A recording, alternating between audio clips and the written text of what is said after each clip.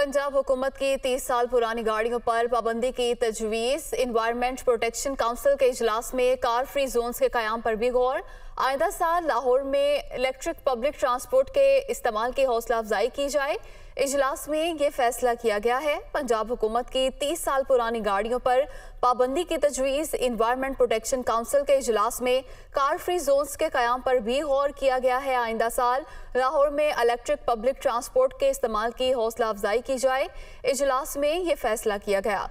पंजाब हुकूमत की 30 साल पुरानी गाड़ियों पर पाबंदी की तजवीज़। एनवायरनमेंट प्रोटेक्शन काउंसिल के इजलास में कार फ्री जोन्स के क़याम पर भी गौर और इजलास में फैसला किया गया है कि आइंदा साल लाहौर में इलेक्ट्रिक पब्लिक ट्रांसपोर्ट के इस्तेमाल की हौसला अफजाई की जाए।